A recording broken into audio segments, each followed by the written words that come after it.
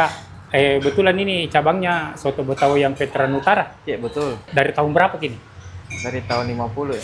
Ya, Soto Betawi legendnya Makassar yang di Veteran Utara. Sekarang ada cabangnya di Veteran Selatan. Tempatnya luas, bersih, nyaman dengan menu yang lebih banyak. Karena selain Soto Betawi, di sini itu ada juga nasi campur, nasi rawon, soto ayam, nasi kuning, dan banyak lagi menu lainnya. Nasi kuningnya itu pulen dan wangi. Bisa pakai telur, ayam, paru, dan daging. Soto Betawinya enak, potongan dagingnya juga besar-besar. Kuahnya gurih berkaldu. Enak memang biar tidak diapa-apai. Terus khusus cabang Veteran Selatan ini ada promo untuk makan di tempat. 33.000 semangkok untuk soto Betawinya. Pokoknya kalau di Makassar baru mau ki makan soto Betawi yang enak, kesini maki. Atau bisa pesan lewat aplikasi ojol. Namanya Soto Betawi Veteran Selatan, Asuhan Haji Rani, Jalan Veteran Selatan nomor 144.